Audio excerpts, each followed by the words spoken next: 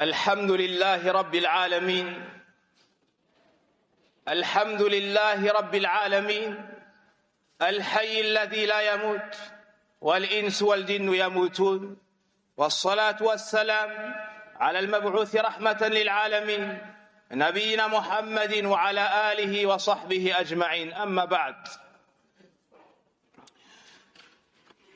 Nous allons parler aujourd'hui d'un sujet ayant la plus grande importance, d'une chose inéluctable qui aura lieu sans aucun doute. Les musulmans en parlent et en sont effrayés. Les non-musulmans en parlent et en sont effrayés. C'est un sujet qui fait beaucoup parler et écrire, mais qui est plus véridique en matière de parole qu'Allah Azza wa Jal, qui est plus véridique qu'Allah subhanahu wa ta'ala. Il nous faut donc pour en parler revenir au Coran, et qui est meilleur rapporteur et transmetteur que le prophète Mohammed sallallahu alayhi wa sallam. C'est pour cela qu'il nous faut également revenir à la sunna. Cette chose, c'est le déroulement de la fin du monde. Le déroulement de la fin du monde et ses étapes. Nous avons parlé dans différents prêches des signes de la fin du monde, des petits ainsi que des grands. Allah subhanahu wa ta'ala, proche de la fin du monde, enverra un vent qui récupérera ou bien qui fera mourir l'ensemble des croyants qui restera sur la terre. L'ensemble des croyants qui restera sur la terre. Il ne restera alors que les plus vils des personnes. Et à ce moment-là, on ne dira plus sur terre Allah, Allah, comme l'a dit le prophète alayhi salatu wassalam. Ça n'est qu'à ce moment-là, qu'Allah Azza wa Jal ordonnera à un ange, parmi les anges rapprochés, de souffler dans la trompe. Et cela à plusieurs reprises. Et plusieurs textes du Coran, de nombreux versets du Coran nous parlent de cet événement majeur qui aura lieu sans aucun doute. Allah subhanahu wa ta'ala dans Surat Qaf nous dit sur la traduction des sens de ce verset: et l'on soufflera dans la trompe, voilà le jour de la menace. Et dans Suratul Kahf, nous les laisserons ce jour-là déferler comme les flots, les uns sur les autres, et on soufflera dans la trompe, et nous les rassemblerons tous. Et dans Suratul Zumar, et on soufflera dans la trompe. Et voilà que ceux qui seront dans les cieux et ceux qui seront sur la terre seront foudroyés, sauf ceux qu'Allah voudra, c'est-à-dire épargnés. Puis on y soufflera de nouveau, et les voilà debout à regarder. Et la terre resplendira de la lumière de son Seigneur. Le livre sera déposé, on fera venir les prophètes et les témoins. On décidera parmi eux en toute équité, et ils ne seront point lésés. Et dans Surat An-Naml, Allah subhanahu wa ta'ala nous dit, selon la traduction des sens de ce verset: et le jour où l'on soufflera dans la trompe, tous ceux qui sont dans les cieux et ceux qui sont dans la terre seront effrayés, sauf ceux qu'Allah aura voulu, c'est-à-dire préservés, et tous viendront à lui en s'humiliant. Voici ce qu'Allah Azza wa Jal nous mentionne dans le Coran. Donc cet événement est vérité, cet événement est inéluctable, personne ne peut le repousser. Qu'est-ce que la trompe et qui y soufflera? L'imam Ibn Sa'di rahimahullah ta'ala dans son tafsir nous dit: c'est une énorme trompe ou bien une énorme corne, ne connaît sa grandeur que celui qui l'a créé, Allah subhanahu wa ta'ala. Quant à celui qui se chargera de cette mission, c'est un ange parmi les anges rapprochés d'Allah, parmi ceux qui portent le trône du tout miséricordieux, et il s'appelle Israfil. Donc celui qui soufflera est un ange parmi les meilleurs des anges. Il se nomme Israfil, et une de ses fonctions en plus de celle-ci est de porter le trône d'Allah subhanahu wa ta'ala. Un bédouin est venu voir le prophète alayhi salatu wassalam, et il lui a dit: ô messager d'Allah, qu'est-ce que as-sur? Le prophète alayhi salatu wassalam lui a dit: qarnun yunfakhu fihi, c'est une trompe ou bien une corne dans laquelle on soufflera. Le prophète alayhi salatu wassalam nous montre la gravité de cette affaire, nous montre la gravité et la proximité de cette affaire. Il nous dit que cet ange, c'est-à-dire Israfil, a déjà dans sa main la corde et il l'a portée. Il n'attend juste, ou bien il est déjà prêt à y souffler. Il n'attend que l'ordre d'Allah subhanahu wa ta'ala. Et son regard ne quitte pas la direction du trône. Son regard ne quitte pas la direction du trône. C'est-à-dire que cet ange a dans la main cet objet dans lequel il devra souffler. Et il est déjà prêt, depuis qu'Allah Azza wa Jal lui a confié cette mission à souffler dedans. Il ne bouge pas l'œil, il est prêt, il est sur ses gardes, attendant l'ordre de son Seigneur, subhanahu wa ta'ala. Et cet événement a grandement effrayé le prophète sallallahu alayhi wa sallam. Et il nous dit dans un hadith, كيف أنعم وقد التقم صاحب القرن القرن. Comment pourrais-je tirer profit de ce bas monde? Comment pourrais-je me délecter de ce bas monde alors que le détenteur, alors que celui qui tient la corne l'a déjà dans la main? Il attend qu'on lui ordonne. Il attend qu'on lui ordonne. Il nous dit également sallallahu alayhi wa sallam, وحان جبهته. Il s'abaisse. ينتظر أن يؤمر. Il n'attend que l'ordre de souffler dans la trompe. Cela a effrayé les musulmans, a effrayé les compagnons. Et ils ont dit au prophète alayhi salatu wassalam, كيف نقول يا رسول الله. Que devront donc nous dire, ô messager d'Allah? Le prophète alayhi salatu wassalam leur a ordonné d'abandonner leur affaire à Allah, de compter pleinement sur lui et d'avoir pleinement confiance en lui.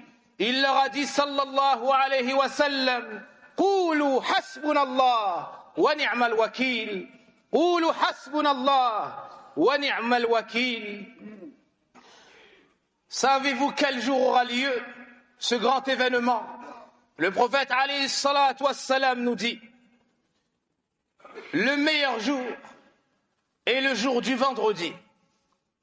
C'est le jour dans lequel Adam a été créé, dans lequel Adam est décédé, et c'est le jour où on soufflera. C'est le jour où l'on soufflera. C'est le jour où les gens seront effrayés. Ainsi, priez beaucoup sur moi le jour du vendredi, car vos prières me sont présentées. C'est-à-dire, dites Allahumma salli ala Muhammad. Il nous dit également, sallallahu alayhi wa sallam, le meilleur jour sur lequel le soleil s'est levé est le jour du vendredi. Et plus loin, il nous dit, il n'y a pas une bête sur la terre sans qu'elle ne soit effrayée chaque vendredi, sans qu'elle ne soit effrayée chaque vendredi. À partir du moment où l'aube se lève jusqu'au moment où le soleil se lève, cela car elles sont effrayées de l'heure, si ce n'est les djinns et les humains.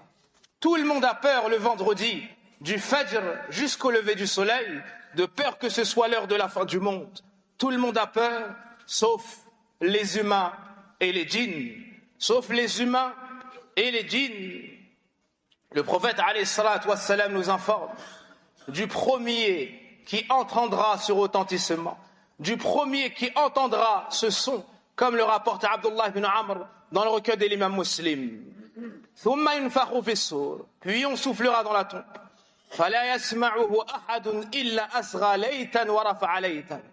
Le prophète alayhi salatu wassalam nous dit, on soufflera dans la trompe. Et personne ne l'entendra, si ce n'est en prêtant l'oreille et en avançant ainsi sa tête avec son cou. Puis il nous dit sallallahu alayhi wa sallam, wa awwal, et le premier, awwalu ma yasma'u, le premier qui entendra ce son, rajulun yalutu hawla ibilih, un homme qui s'occupera de ses chameaux. C'est le premier et il sera effrayé et il mourra des suites de cela. C'est ce qu'on appelle nafratul faza'. on soufflera à 3 reprises. Le premier son effrayera l'ensemble des gens. On l'appelle nafratul faza'. Al-faza', c'est l'effrayement. À ce moment, tout le monde aura peur. Allah nous dit dans Surat An-Naml, wa yawma yunfakhu fis-sur fafazi'a man fis-samawati wa man fil-ardi illa man sha'a Allah wa kullun atawhu dakhirin. Ce jour-là, on soufflera dans la trompe. Tous ceux qui sont dans les cieux, tous ceux qui sont sur la terre seront effrayés. Celui-ci est le premier. Nafratul faza'. Allah subhanahu wa ta'ala nous dit également Yawma turjafur rajifah, Yawma tarjufur rajifah, tatba'uha ar-radifah. Ibn Abbas nous dit que rajifah, c'est lorsqu'on soufflera dans la trompe la première fois.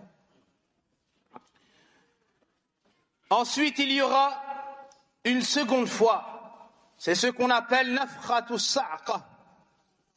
On soufflera et pour cette deuxième fois, tout le monde, ou bien tous ceux qui seront encore vivants, tomberont morts.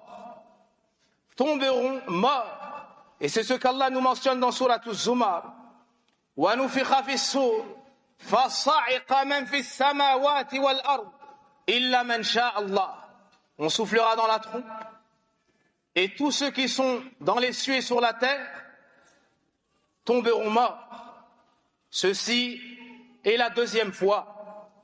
Et on verra, insha'Allah ta'ala, la troisième fois la semaine prochaine.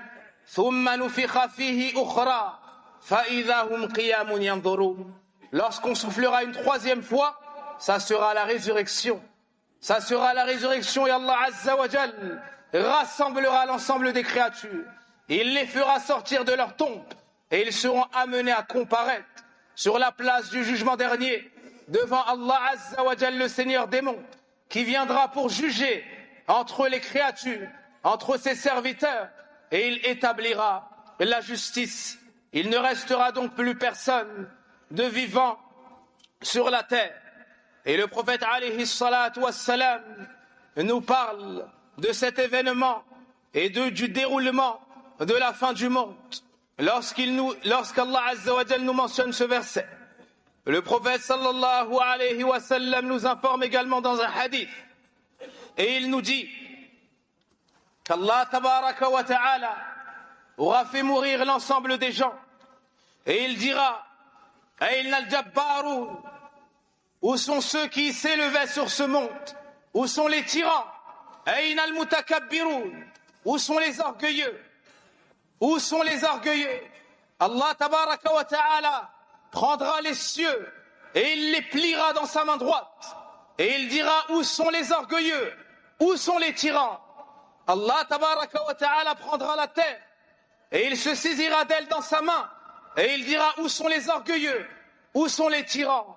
Et dans le Coran, limanil mulkul yawm, Allah Azza wa Jalla aura fait mourir l'ensemble des créatures et il ne restera que Allah, le vivant qui ne meurt pas. Et il dira tabaraka wa ta'ala limanil mulkul yawm, à qui appartient la royauté aujourd'hui? Limanil mulkul yawm, à qui appartient la royauté aujourd'hui? Limanil mulkul yawm, lillahil wahidil qahhar. La royauté tout entière appartient à Allah, l'unique, le dominateur suprême. C'est ainsi qu'aura lieu le déroulement de la fin du monde. Et on verra, incha'Allah ta'ala, la semaine prochaine, comment se passera la résurrection suite à la troisième fois où l'on soufflera dans As-Sur. Wallahu a'lam. Wa sallillahumma wa barik ala nabiyyina Muhammadin wa ala alihi wa sahbihi ajma'in. Allahumma ya hayy ya qayyum bi rahmatika nastaghith aslih sha'nana kullahu wa la takilna ila anfusina tarfata 'ayn. Rabbana atina fid dunya hasanah وفي الآخرة حسنة وقنا عذاب النار. اللهم اغفر لنا ذنوبنا وكفر عنا سيئاتنا وتوفنا مع الأبرار. اللهم إنا نسألك حسن الخاتمة. اللهم إنا نسألك حسن الخاتمة. اللهم إنا نسألك حسن الخاتمة. اللهم اشف مرضانا مرضى المسلمين. اللهم اشف مرضانا ومرضى المسلمين، اللهم اشف مرضانا ومرضى المسلمين، اللهم اشف ابننا يا عبد الرحمن يا رب العالمين، اللهم اشف ابننا عبد الرحمن يا رب العالمين، واشف أبناءنا أجمعين وأمهاتنا وآبائنا والمسلمين والمسلمات والمؤمنين والمؤمنات يا رب العالمين. سبحانك اللهم وبحمدك، أشهد أن لا إله إلا أنت، أستغفرك وأتوب إليك.